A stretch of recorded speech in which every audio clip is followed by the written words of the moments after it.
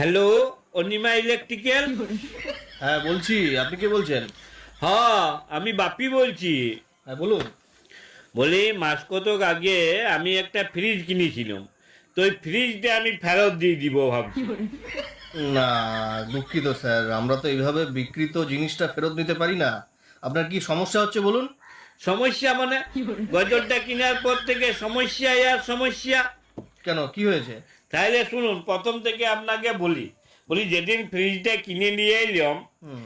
তো বলি কি রাখবো কি রাখবো, তো আপনারা বলেছিলেন যা রাখবেন টাটকা তাজা থাকবে। তো সেদিন বুঝলেন গিন্নি গরম গরম মুড়ি ভেবেছিল, হুম। তো আমি ওই মুড়ির তিনটে ফ্রিজের মধ্যে রেখে দিলাম।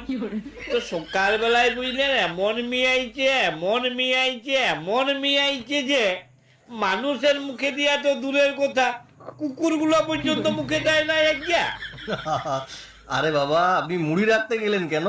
অন্য কিছু খাবার জিনিস রাখতে পারলেন না? রেখেছিলাম, বিস্কুটের ডিব্বাটাও রেখেছিলাম। বিস্কুট গুলো আবার রাখতে গেলেন কেন? ওটা তো নিশ্চয়ই নরম হয়ে যাবে। আর নরম পাতলা পাতলা পায়খানার মতন এমন ল্যাটপেটা হয়ে গেছিল একগা। তবে উঠটা কুকুরগুলো বেশ ফুর্তি করে চেটে ফুটেই খাইছে।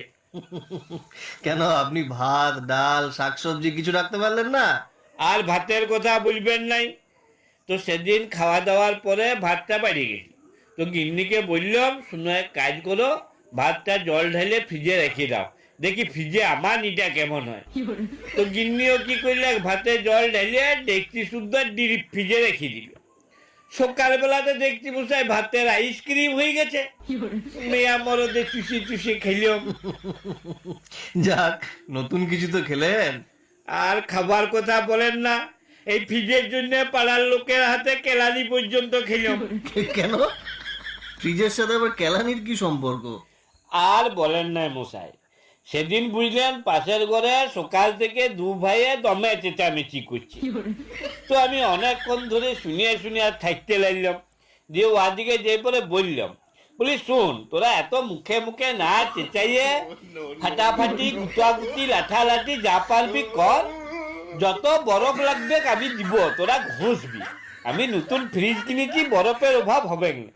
তো তাহা মশাই নিজেদের গন্ডগোল তো থেমে গেলে, যে দু ভাইয়ে মিলে আমাকে একদম কাটলা পাড়া করে দিলে।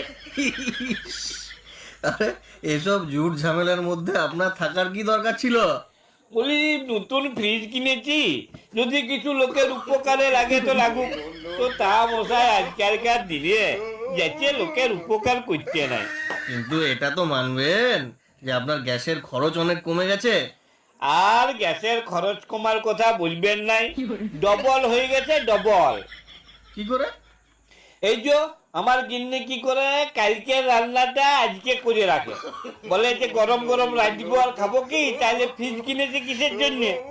তো একদিন রান্নার জন্য গ্যাস পুড়ছে, আর তার পরের দিনে গরম করে খাবার জন্য আবার গ্যাস পুড়ছে। আচ্ছা। তবে আপনাদের এই ফ্রিজটার বুঝলেন আমার ছোট খোকার মতন পেচ্ছাবের দোষ আছে। মানে? আর বলবেন নাই, ওই যে সেদিন রাত্রে বেলায় দমে জল ঝড় বৃষ্টি হইল, সারা রাত কারেন্ট ছিল নাই। হ্যাঁ হ্যাঁ। তো ভোরবেলায় আমার ঘুমটা ভেঙে গেলে, তো উঠে দেখছি মেজাটা জল সব সব করছে। তো আবার গিন্নিকে বললাম, বলি হ্যাঁ গো, ছোট খোকা কি মেজাটাতে মুছে দিচ্ছে? তো গিন্নি বলল ছোট খোকা মেজায় মুছতে যাবে কেন, তো বিছানাতে 3 বার মুছে দিচ্ছে। দিয়ে লাইটটা জ্বেলে দেখছি যে ফ্রিজের তোলা থেকে কলকল জল বেরোচ্ছে। সারা রাত ধরে বাবু মুছেছেন। না, আসলে ব্যাপারটা কি, কারেন্ট ছিল না তো তো ফ্রিজের বরফগুলো গলে জল হয়ে গেছে, সেই জলটা ওভারফ্লো হয়েছে।